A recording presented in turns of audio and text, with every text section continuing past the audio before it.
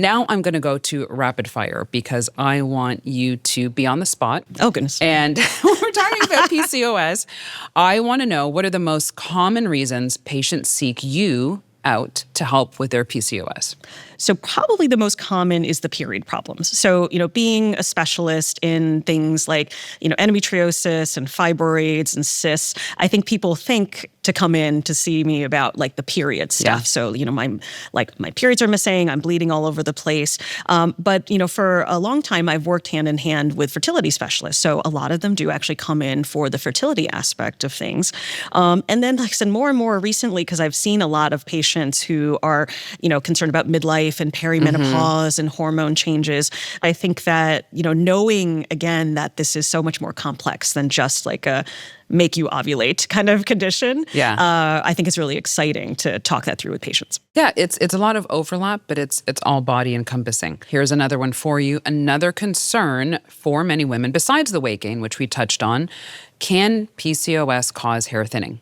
It's possible, though we say that not everything that is high testosterone is PCOS. So we actually, if you have really significant hair thinning, almost like kind of balding in areas, that could actually be something else. Some other condition like an adrenal gland issue or skin issue. So that's something where you may want to see a dermatologist or your primary care doctor to, figure out if it's something else. Yeah, it's all multidisciplinary, and sometimes you have to bring in other experts in order to figure out what's causing the issue. Okay, can we go a little bit deeper on some of the specific symptoms that come with PCOS, because there's so many that come. Tell us a little bit more about acne or oily skin. Yes. And so the excess testosterone or the effect on your body of testosterone can cause you to get really like kind of significant acne, cystic acne, the oily skin, and some of the hair changes. So there's a few things that we can do for that.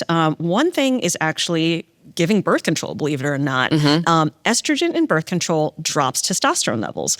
And there are certain types of birth control pill where the progesterone hormone actually further decreases testosterone. So it's actually not uncommon for dermatologists to send patients to a gynecologist to help with their acne. A lot of people don't realize that, even if they don't have PCOS.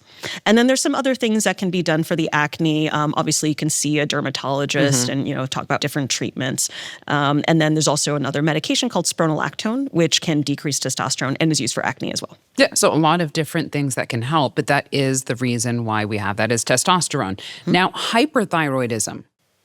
So PCOS, a lot of people don't know this, is connected with a lot of other endocrine or hormone problems. So it can actually increase your risk of, or it's associated with increased risk of not just hyperthyroidism, where your thyroid is overactive, but also hypothyroid, where you can have low thyroid and like slower metabolism and skin changes. And especially in things like autoimmune conditions, like your Hashimoto's and Graves' disease.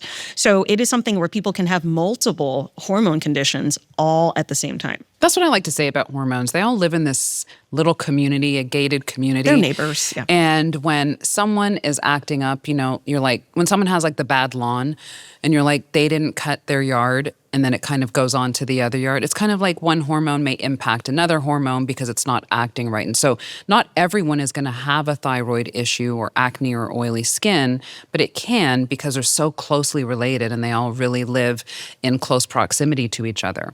Now, hormone imbalances, which obviously PCOS is going to impact, hormone imbalances, when you try to explain that to patients, what are kind of the key things that you like to tell them? Yeah, so when we think about the menstrual cycle, what typically happens in a cycle, normally you will ovulate, you release an egg, and that actually will release a hormone called progesterone, which is actually super important. It actually helps to control the lining of your uterus, keeps it from growing too much, and it's actually also the timer that gets you to have a period on time.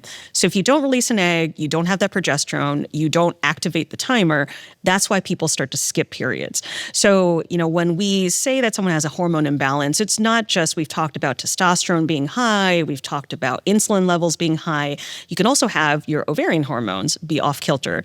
So most people with PCOS who are having the problems with their ovulation will have, like I said, this missing period issue. And then when they finally have their period, they may have lots of bleeding because progesterone also controls the tissue that grows and the amount that grows. So sometimes you get this really big buildup of tissue tissue in the uterus, and you can bleed a lot. You can have problems, even like uterine precancer or cancer. Right. So sometimes there's really significant health risks that come with PCOS. Yeah, and that's why it's important to go see your gynecologist and make sure, even though you have regular cycles, or if you don't, to make sure that you're following up on that. Exactly. And our last rapid fire, what is moon face? I see this a lot on social media, but we want to hear it from the doctor. What is moon face? So literally where your face looks really round. Now, I'll actually say that's usually not PCOS. Right. We associate that with other hormone conditions like Cushing's disease, which is high cortisol. Stay tuned for more discussions with leaders in women's health. Remember to subscribe to our channel and follow us wherever you get your podcast. And with that, I want you to stay well, and I'll see you soon.